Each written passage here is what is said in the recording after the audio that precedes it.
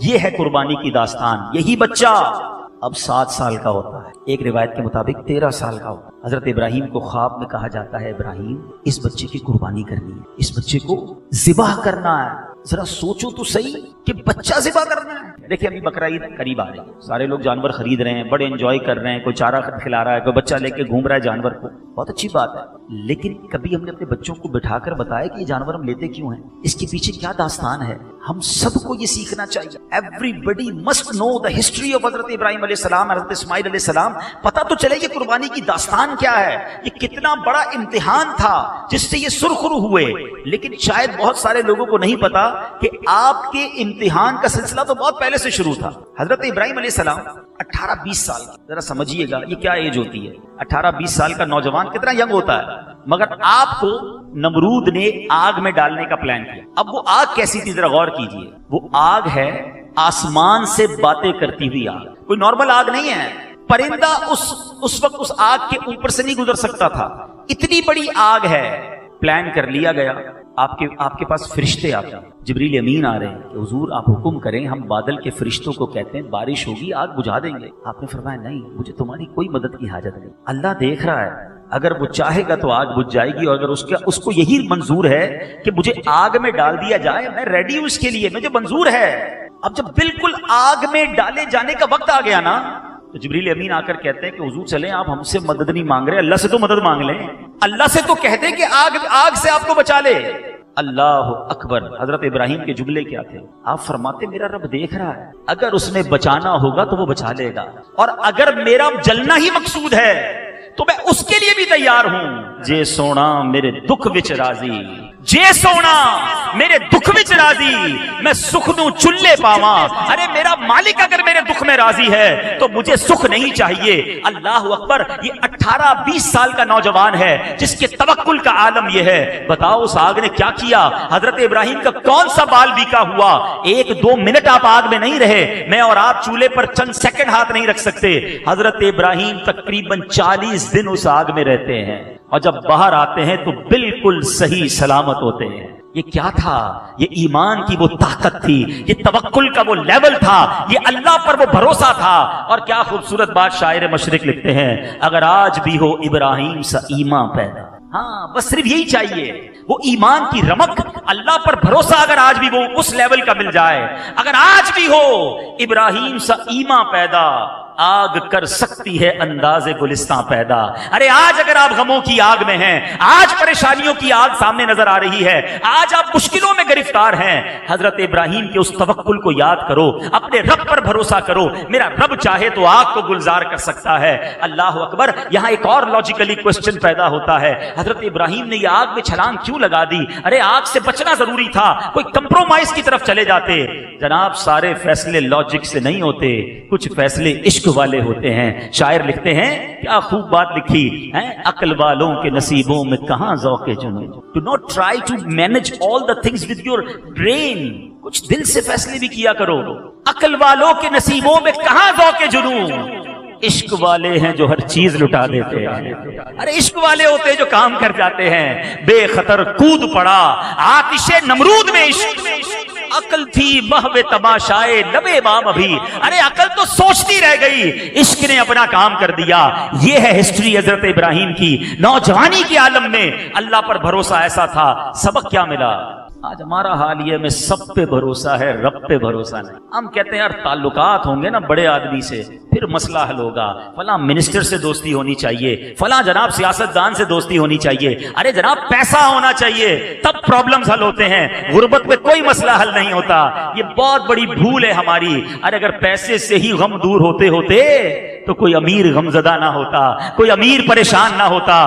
اب لوگ کہتے ہیں یار لگژری گھر ہونا چاہیے تب سکون کی نیند آئے گی. ارے تم اربوں کا محل بنا لو, بہترین گدے بچھا لو, اللہ نے سکون نہیں دینا تو اس اربوں والے بیڈ پر بھی تمہیں سکون نہیں آئے گا. اور جھونپڑی میں رہنے والے کو میرے رب نے سکون دینا ہے, وہ ساری رات میٹھی نیند سوتا رہے گا.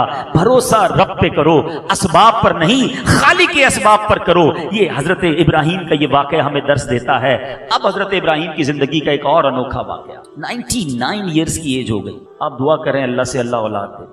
99 سال تک اولاد نہیں ہے. ذرا سوچو کون ہے خلیل اللہ,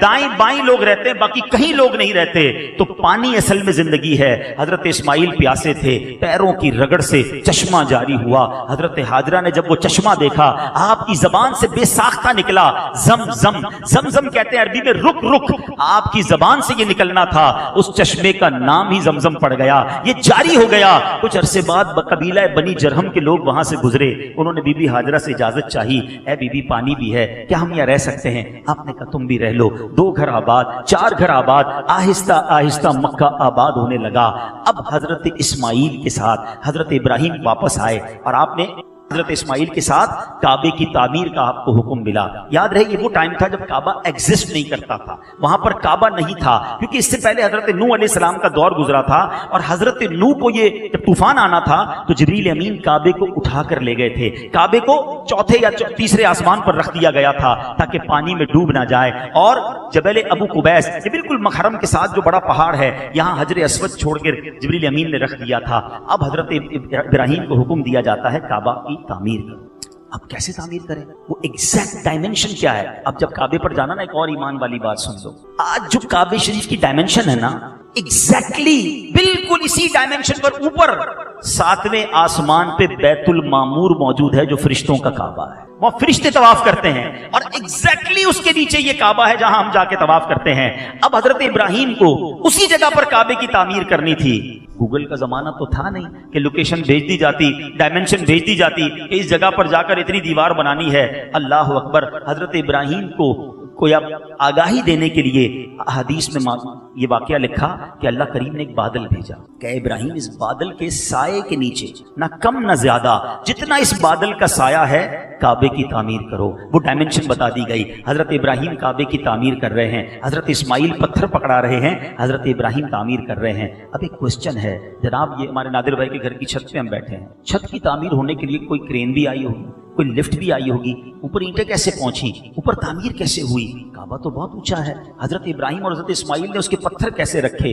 اللہ اکبر. میرے رب کی شان دیکھو, جس پتھر پر کھڑے ہو کر حضرت ابراہیم نے کعبے کی تعمیر کی, اس پتھر کو کیا کہتے ہیں؟ مقام ابراہیم. اللہ کریم نے اس پتھر کو یہ طاقت عطا کی کہ جیسے جیسے کعبے کی دیوار اونچی ہوتی جاتی وہ پتھر بھی اوپر ہوتا جاتا. وہ لفٹ کا کام کرتا رہا. حضرت ابراہیم اوپر کی تعمیر کرتے, وہ پتھر اوپر ہو جاتا. جب یہ تعمیر نیچے کرنی ہوتی, وہ پتھر ایکسیویٹر کی طرح کبھی اوپر جاتا کبھی نیچے جاتا. اور اللہ کریم نے اس پتھر میں حضرت ابراہیم کا ایک معجزہ کیسا ظاہر کیا کہ اس پتھر نے آپ کے قدموں کے نشان کو اپنے دل میں گویا بسا لیا. آپ کو پتہ ہے کتنا ٹائم ہو گیا ہے؟ 5000 سال سے زیادہ وقت ہو چکا ہے.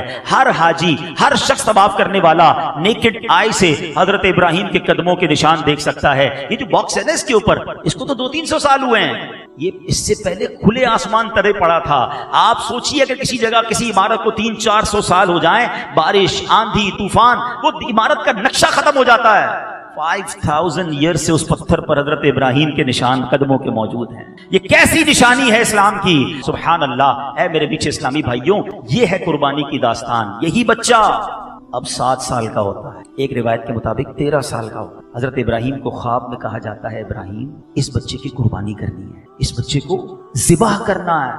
ذرا سوچو تو صحیح کہ بچہ ذبح کرنا ہے. حضرت ابراہیم جب صبح اٹھتے ہیں, 8 ذو الحجہ کا دن ہے, آپ نے یہ وقت سوچنے میں گزارا. یہ شیطان کی طرف سے ہے, اللہ کی طرف سے. یہ جو سوچو بچار ہے نا, اس کو عربی میں کہتے ترویہ. 8 ذو الحجہ کا دن ہی یوم الترویہ پڑ گیا. 9ویں رات پھر خواب آیا, اے ابراہیم اپنے بچے کو قربان کرو. اب آپ کو یقین ہو گیا کہ یہ خواب اللہ کی طرف سے ہے. تو اب آپ نے پہچان لیا کہ یہ اللہ کی طرف سے خواب ہے. عربی میں عرفہ کہتے ہیں پہچاننے کو. یہ جو 9 ذو الحجہ کو عرفہ کا دن کہا جاتا ہے نا, یہ حضرت ابراہیم کا اس دن کنفرمیشن تھا. آپ سمجھ گئے کہ اللہ کا حکم ہے قربان کرنا ہے. اور 10 ذو الحجہ کو آپ نے پلان کر لیا کہ قربان کرنا ہے, اور اس لیے اس کو یوم النحر کہا جاتا ہے. ترویہ اس لیے کہا جاتا ہے وہ دن سوچ بچار میں گزرا. عرفہ اس لیے کہا جاتا ہے 9 ذو الحجہ کو کنفرم ہو گیا اللہ کی طرف سے پیغام ہے. اور 10 ذو الحجہ کو یوم النحر اس لیے کہا جاتا ہے کہ آپ نے ذبح کی گویا تیاری کر لی. اب اپنے بیٹے کو تیار کر کے آپ لے کر جا رہے ہیں. شیطان کو کب گوارا ہوگا کہ اتنا بڑا امتحان اور ابراہیم کامیاب ہو جائے. اب شیطان گیا بی بی ہاجرہ کے پاس, ماں کے پاس. اے بی بی, تمہیں معلوم ہے تمہارے شوہر اب تمہارے بیٹے کو کہاں لے جا رہے ہیں؟ کہاں لے جا رہے ہیں؟ ذبح کرتا. کیا کوئی باپ بھی اپنے بیٹے کو ذبح کرتا ہے؟ کہاں, ان کو اللہ کی طرف سے حکم ہے. سنو بی بی ہاجرہ کا جواب, آپ فرماتی ہیں اگر میرے رب کا حکم ہے تو اچھی بات ہے، میں بھی راضی ہوں، ذبح کروانے کے لیے راضی ہوں۔ شیطان آپ کے بیٹے کے پاس، حضرت اسماعیل کے پاس آیا، اے بیٹے تمہیں پتا ہے تمہارے والد کدھر لے جا رہے ہیں؟ کہاں لے جا رہے ہیں؟ تمہیں ذبح کرنے لے جا رہے ہیں۔ حضرت اسماعیل کہتے ہیں کیا باپ بھی کبھی بیٹے کو ذبح کرتا ہے؟ کہاں تمہارے بابا جان کو اللہ کا حکم ملا، بیٹا کیا کہتا ہے اگر رب کا حکم ہے تو میں ذبح ہونے کے لیے تیار ہوں۔ یہ کیسا خاندان تھا؟ اب شیطان مختلف مقامات پر آپ کے سامنے آیا، فرشتوں نے کہا کنکری ماریں، آپ نے ایک جگہ 7 کنکری ماری، تھوڑا آگے جا کر پھر شیطان آیا، فرشتوں نے کہا ادھر بھی کنکری ماریں، آپ نے ادھر بھی کنکری ماری، تینوں جگہ پر آپ نے شیطان کو 7 بار کنکری ماری۔ اور اب اس کے بعد حضرت ابراہیم اس مقام پر لے گئے جہاں بیٹے کو لٹانا ہے۔ 1-2 منٹ اس واقعے کو روک کر ذرا عقیدے کی، ذرا ایمان کی، ذرا عشق کی بات کر لوں۔ آج کچھ اعتراض کرنے والے اعتراض کرتے ہیں یار یہ ہر سال آپ اللہ والوں کا دن مناتے ہیں، ربیع الاول پہ میلاد مناتے ہیں، یہ اللہ والوں کی یاد بار بار منانے کا کیا مقصد ہے؟ یہ کس کی کیا ضرورت ہے؟ یہ کدھر لکھا ہے؟ چلو جناب ہمارے کام پر تو آپ کا اعتراض ہے، میں آپ سے پوچھتا ہوں یہ صفا مروہ پہ تو اس وقت بی بی ہاجرہ اس لیے دوڑی تھی کہ بچہ پیاسا ہے، آج کون سا بچہ پیاسا ہے جو ہم دوڑ رہے ہیں؟ جہاں وہ دوڑی ادھر دوڑ رہے ہیں، جہاں وہ چلی ادھر ہم چل رہے ہیں، یہ کیا مقصود ہے؟ حج کمپلیٹ نہیں ہوتا صفا مروہ کیے بغیر۔ تو پتا چلا کہ اللہ والوں کی یاد خود رب کو پسند ہے، اللہ نے اللہ والی کی یاد باقی رکھی ہے۔ ارے جمرے کی جو رمی ہے اس وقت تو حضرت ابراہیم کو شیطان بہکانے آیا تھا، آج کون سا شیطان ہے؟ بڑی دیوار بنا دی گئی ہے، لاکھوں حاجی کس کو کنکر مار رہے ہیں، اس کی کیا وجہ ہے؟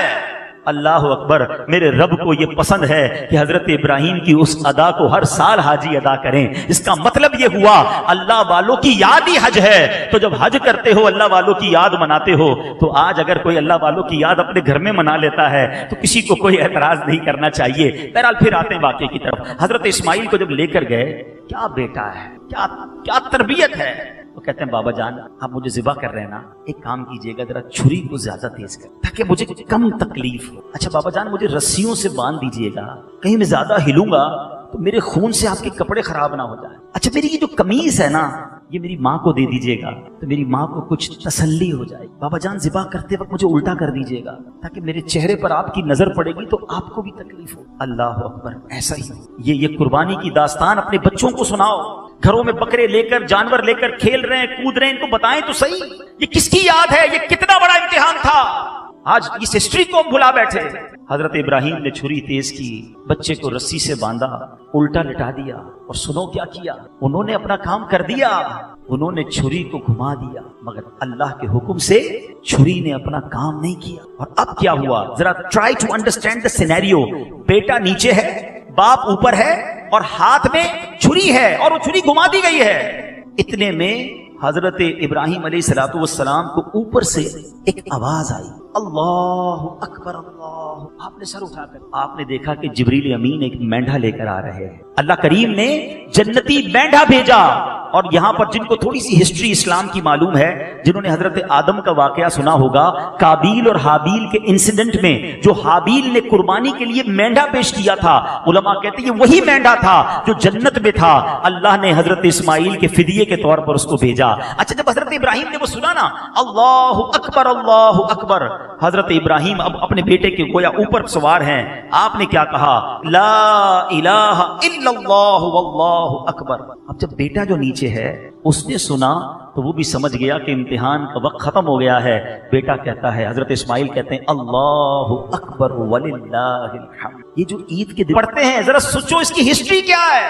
یہ اسٹارٹ کے ورڈز جبریل امین نے ادا کیے ہیں، درمیان کے وقت حضرت ابراہیم نے ادا کیے ہیں، اور آخری جو الفاظ ہیں وہ حضرت اسماعیل کے ادا کیے ہوئے ہیں۔ اب جب بھی یہ تسبیح پڑھنا نا عید کے دنوں میں تو یاد کرنا اس قربانی کو، یاد کرنا اس واقعے کو، کتنی قبولیت والی یہ تسبیح ہوگی جو اللہ نے ہمیں زبان سے ادا کرنے کو دی۔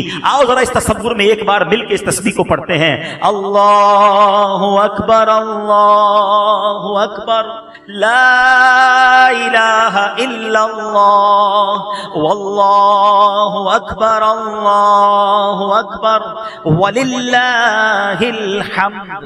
تو یہ تسبیح کی اصل حقیقت ہمیں پتا ہونی چاہیے۔ بھائی میرے پیارے اسلامی بھائی، دیٹ واز دا ہسٹری۔ پتا ہونا چاہیے کہ یہ کتنی بڑی قربانی تھی جو وہ کامیاب ہوئے۔ عقل والوں کے نصیبوں میں کہاں ذوق جنون۔ عشق والے ہیں جو ہر چیز لٹا دیتے ہیں. سوچو آج ہمیں تو قربانی کرنے کا کہا گیا نا, اگر ہمیں بھی کہا جاتا اپنے اپنے بچے کو قربان, کتنا آسان کر دیا ہمارے لیے, جانور قربان کرو ہیں اور وہ گوشت بھی خود کھا جاؤ.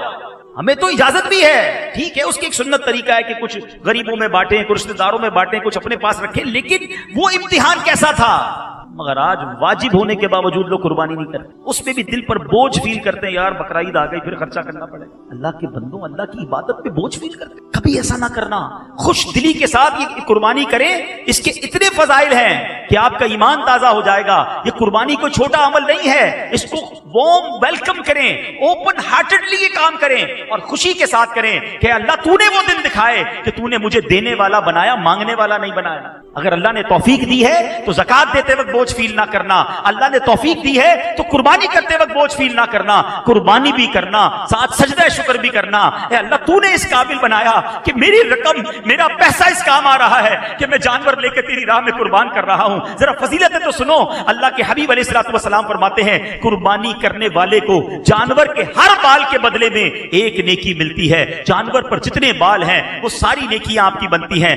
سنو, میرے آقا فرماتے جس نے خوش دلی سے, وہی والی بات جو میں کر رہا تھا, خوش دلی ہے, مزہ آ رہا ہو آپ کو عبادت کرنے پر, خوش دلی سے ثواب کی نیت سے قربانی کی تو وہ آتش جہنم سے حجاب ہو جائے گی. جہنم کی آگ اور آپ کے درمیان رکاوٹ کا باعث ہو جائے گی. سبحان اللہ. میرے آقا نے بی بی فاطمہ سے کیا کہا, خاتون جنت سے, اے فاطمہ اپنی قربانی کے پاس موجود رہو کیونکہ اس کے خون کا پہلا قطرہ گرے گا تو تمہارے سارے گناہ معاف ہو جائیں. یہ ہے قربانی. اس کو نارمل سمجھا ہوا ہے, فیشن بنا دیا قربانی کو. ذرا بتاؤں لوگوں کو کتنے کا جانور لیا, بہترین جانور لیں نو ڈاؤٹ, لیکن اللہ کی رضا کے لیے لیں, لوگوں کو دکھانے کے لیے نہ لیں. انما الاعمال بالنیات, عبادت کریں جو بھی کام کریں بہترین. اللہ توفیق دے تو منڈی کا سب سے بہترین جانور لیں, اور اللہ ہمت دے تو نبی پاک کے نام پر قربان کر دیں. کیا پیش کریں جانا, کیا چیز ہماری ہے, یہ دل بھی تمہارا ہے, یہ جان بھی تمہاری ہے, سب کچھ تو آقا کے صدقے ملا ہے. ہاں یہاں کنفیوژن, شیطان ہے نا, فوراً اچھی بات پہ سے کوئی ایسی بات نکال کے کنفیوز کر دے گا. اب اس کا شارٹ کلپ چلے گا تو لوگ کہیں گے اللہ کے نام پہ قربانی ہوتی ہے, نبی پاک کی قربانی کہاں سے آ گئی. اور اللہ کے بندوں, اس کا مطلب یہ ہے کوئی بھی بسم اللہ اللہ اکبر کے علاوہ کچھ نہیں کہتا, اس کا ثواب نبی پاک کو پہنچے. عیسیٰ بھائی کی قربانی, عبدالستار بھائی کی قربانی, نادر بھائی کی قربانی ہو سکتی ہے, اس میں کسی کو اعتراض نہیں ہوگا کہ نادر کی قربانی کیوں ہو رہی ہے, اللہ کے نام پہ ہوتی ہے. تب لوگ کہتے ہیں وہ نادر بھائی کا واجب ادا ہو رہا ہے. اب نبی پاک کا نام لیتے تو کچھ لوگوں کو مرچی لگ جاتی ہے. تو اپنے دل کا علاج وہ خود کرائیں. ہمارا مقصد بھی یہی ہے کہ نبی پاک کو ایصال کرنے کے لیے. آپ کو پتا ہے پیارے آقا نے ہمارے نام کی قربانی کی, ہاں مینا کے میدان میں, جو نہ بھولا ہم غریبوں کو رضا. آقا میں نہیں بھولتے تھے, مینا کے میدان میں ہم تو پیدا بھی نہیں ہوئے تھے, مگر میرے آقا نے امت کے نام کی قربانی کی.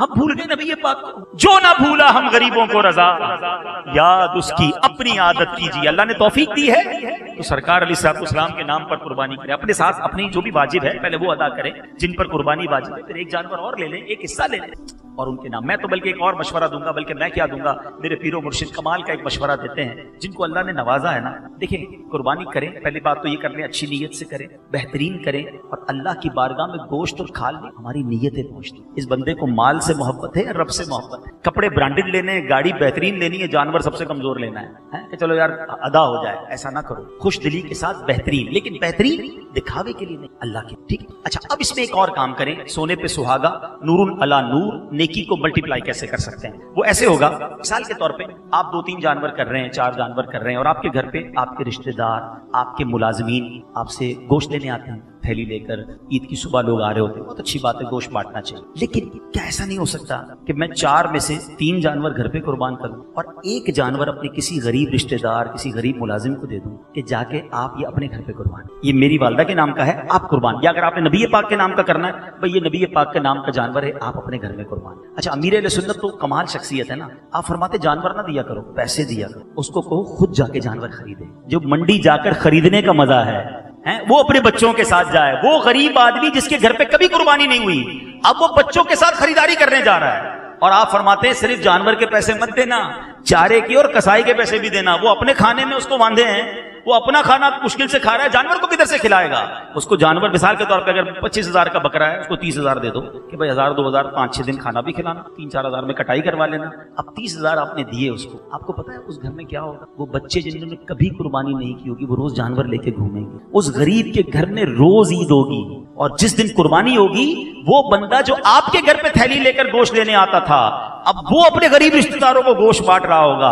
آپ نے جو اس کی عید کروائی ہے نا، کیا پتا اس کی ایک دعا سے آپ کے کتنے غم دور ہو جائیں گے۔ ہمارے گھر تو سارا سال گوشت پکتا ہے، ارے ایسے کئی لوگ ہیں جو مہینوں انتظار کرتے ہیں کہ ان کے گھر پہ گوشت پکے۔ یہ وقت ہوتا ہے نیکیاں کمانے کا، یہ وقت ہوتا ہے خوشیاں دینے کا۔ میں اچھی طرح جانتا ہوں، لاسٹ ٹائم اسی طرح ایک اسلامی بھائی نے کیا، گوشت نے 2-3 جانور اپنے رشتہ داروں کو یا ملازمین کو دیے، تو اس کے ایک ملازم نے آ کے اس کو کہا کہ آپ کو پتا ہے ہمارے بچے ساری رات سوتے نہیں تھے، وہ بکرے کے ساتھ دیکھتے رہتے تھے کہ ہمارے گھر بھی بکرا ہے، اور جس دن عید ہوئی ہمارے سارا گھر رو رہا تھا کہ اللہ کریم نے ہمیں ایسا موقع دیا کہ ہمارے گھر قربانی ہوئی ہے۔ یہ سوچ اپنانی چاہیے کہ ہم لوگوں کے دلوں میں خوشی داخل کریں۔ اور ایک اور مشورہ دے دیتا ہوں، جو بھی ہمیں مل رہا ہے نا، پیارے آقا کی آل کا صدقہ مل رہا ہے، تو نبی پاک کے نام کی جو قربانی کرنی ہو سکے نا تو وہ سید گھرانے میں دے، ہاں کہ حضور یہ آپ ہی لے جائیں اور اپنے نانا کے نام کی قربانی آپ ہی کر لیں۔ آئے ہائے، جب نبی پاک ملاحظہ فرمائیں گے نا گنبد خضرا کے مکین کہ میرے نام کی قربانی میری آل کے گھر میں ہو رہی ہے، تو پھر وہ عطا ہوگا تمہارا تو تم سے نہ مانگوں تو پھر کس سے مانگوں، تمہارا تو سارا گھرانہ سخی ہے، آقا کے گھرانے کی خیرات ملے گی۔ تو بہرحال this is the right time to get more good deeds, بہترین موقع ہے زیادہ نیکیاں کمانے کا اچھی نیتوں کے ساتھ۔ تو آج جو بیان کرنے کا مقصد تھا، اللہ پر بھروسہ، سب سے پہلے ریوائز کر لیتے ہیں، درود پاک کثرت سے پڑھنا، پھر اللہ پر بھروسے کا ہمیں حضرت ابراہیم کی ذات سے درس ملتا ہے۔ کبھی زندگی میں قربانی کا موقع آئے نا، وقت قربان کرنا پڑے، مال قربان کرنا پڑے، اللہ کی راہ میں کچھ ٹائم دینا پڑے، ہمت کیا کرو۔ انہوں نے تو کیا کیا قربان کیا، اور آج لوگوں کے پاس کچھ دینے کے لیے نہیں، نماز بھی نہیں پڑھتے، رمضان میں پڑھ سکتے ہیں تو پورا سال پڑھ سکتے ہیں۔ یہ مبارک دن اور مبارک راتیں آ گئی، لیٹس کنیکٹ اگین ٹورڈز مسجد، آؤ پھر مسجد سے جوائن ہو جاتے ہیں اور نیت کریں کہ آج کے بعد ہماری کوئی نماز قضا نہیں ہوگی۔ ایسا نہیں، ایسا نعرہ لگائیں کہ شیطان بھی ادھر سے بھاگ جائے، آج کے بعد ہماری کوئی نماز قضا نہیں ہوگی، انشاءاللہ اللہ کی رضا کے لیے عبادتیں کیا کریں گے۔